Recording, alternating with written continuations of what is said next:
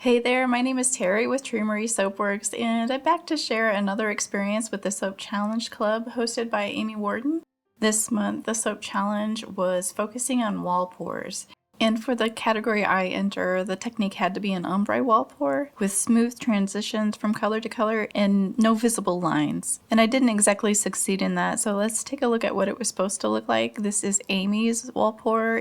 It has smooth transitions. I think it's gorgeous, and I was going for something very similar to this. However, my result was something a little different and unexpected, but I really do love it, so I'm going to take you through the journey now. Before we get too far, I want to refer you to the description if you're interested in more information on the Soap Challenge Club. This year, Amy's focusing on the basics, so it's a great time for you to join in, especially if you're new to soap making.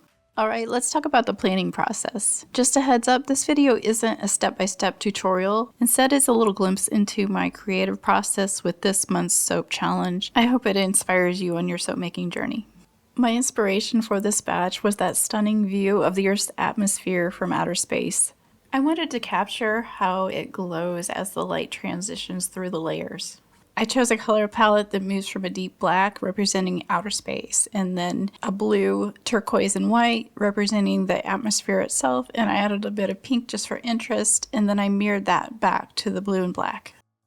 Another consideration I needed to think about when I was planning this is that a wall pour, especially an ombre wall pour, takes a long time to pour, so I needed a slow-moving recipe. I went with a simple palm-free vegan recipe similar to the one I used for my chevron swirl video. My next consideration to keep my recipe slow-moving is that I have to pick the right fragrance or essential oil blend. I need this to be well-behaved, meaning no acceleration or discoloration. Lately, I've been going with essential oil combinations when I really need my fragrance to behave, and this time I've picked a calming and fresh combination of lavender, peppermint, eucalyptus, and tea tree oil. To keep things moving here, I've already prepared my lye solution, the oils, and I have the colorants prepared, and I'm ready to get my mixture to an emulsion. Since this technique takes so long to pour, it's important to only get it to an emulsion and not trace. That means that the oils and lye solution are fully combined. They will not separate. I have a little trick that I use sometimes when I really want to make sure that I have reached an emulsion. I don't want any separation taking place. I have bent a spoon so that it hangs over the edge of the bowl. And when I'm ready to check to see if an emulsion has been reached, I dip the spoon into the batter and I hang it on the edge of the bowl. And then I just hand stir for a while and I give it time to separate on that spoon.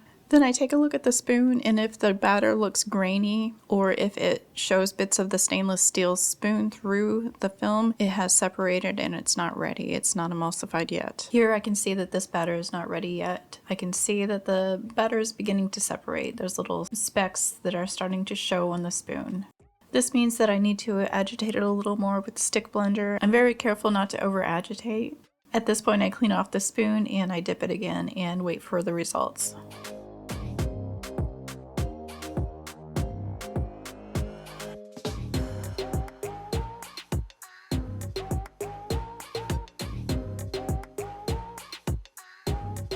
At this point, I'm satisfied that the batter has reached an emulsion, and I can go ahead with the splitting of the batter and the coloring of the batter.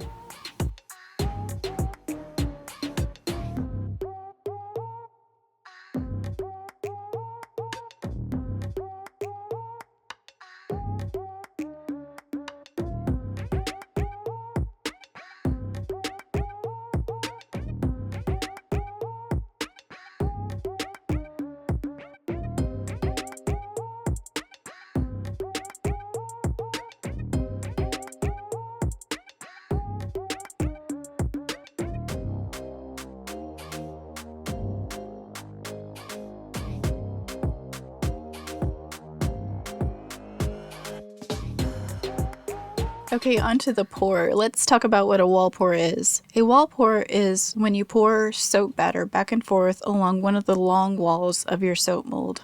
There are many techniques out there that use the wall pour to create different results, such as a wood grain technique, or there are several landscape designs such as a beach scene, and also the One Pot Wonder uses a wall pour. When using a wall pour technique, you can cut your loaf in different ways to get different results. If you want straight lines, you would cut vertically down the middle of the long length of the mold, and then you would cut it into bars. And if you want curved results, you would just cut it normally like a loaf of bread. Usually the opposite side of the mold is propped up a bit, as you see here.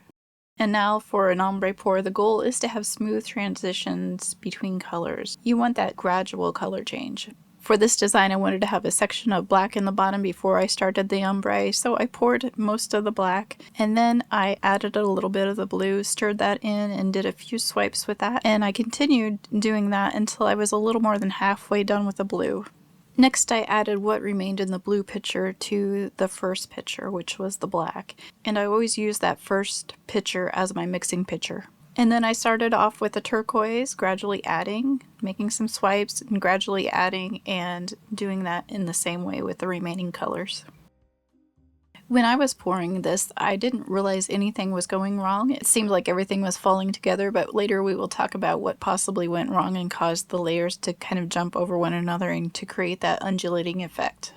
As you watch this pour, you can kind of see that there's a little overlapping in the center at one point, but I didn't really notice it otherwise. But I want to mention one thing. When you are pouring and you think it's not going well, just keep going, because you don't know what it's going to look like when you cut into that soap, and it could be something amazing.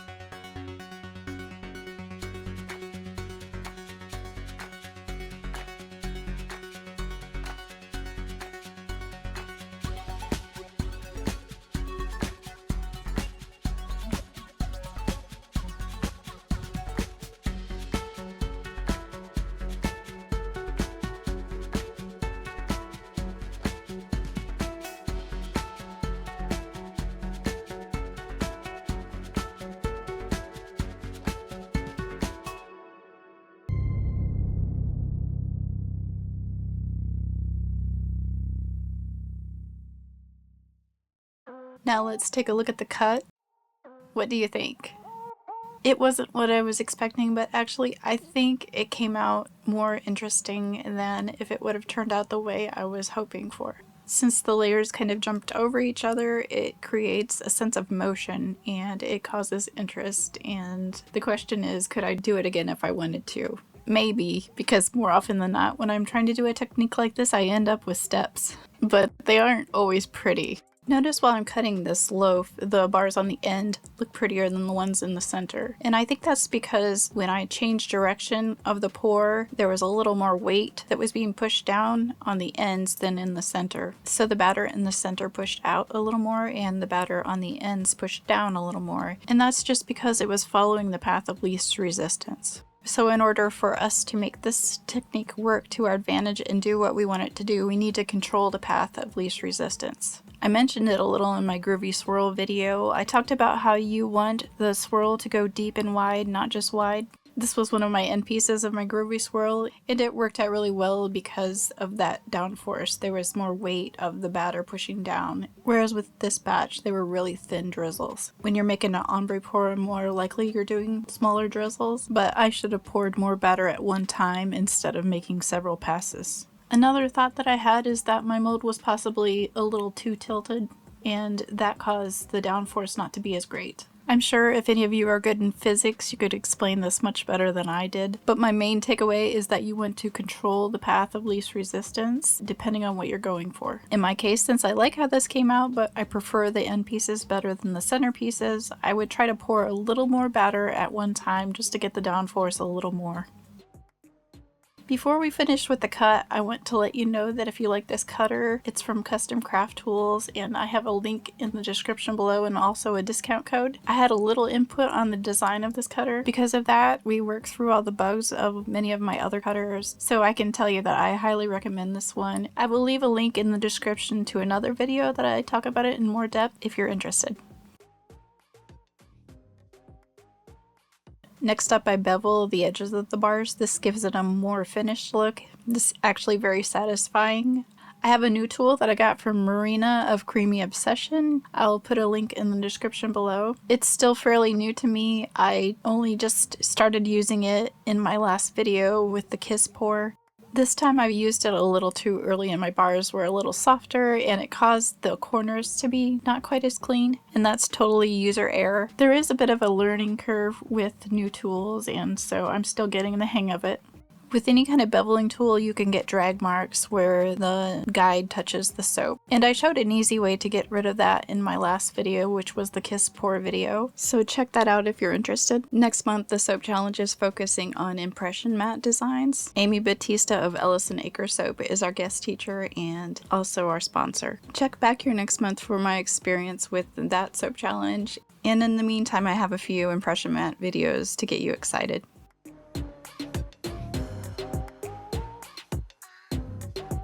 I want to say a special thank you to those of you who have gone to my website and bought a recipe or bought some soap. That's what keeps my channel going, so I really appreciate it. While you're on my website, check out my gallery. There's lots of inspiration there. And also I have a few resources. I have a colorant calculator that will save you a lot of time, and I have a resource that shows what goes on the label. For example, did you know that olive oil is supposed to be listed as olive fruit oil? There's other ones like that are different than what you would think, so take a look at that. I have a Facebook group for soap makers, and it's for learning, sharing, asking questions, troubleshooting, and just encouraging each other on our soap making journey. For details, check the description. Thank you so much for joining me today. I hope you learned something. I would love to hear from you, so post your comments and please like and subscribe and hit the bell for notifications so you can catch me in the next video. Have a wonderful day and I will see you back here next time.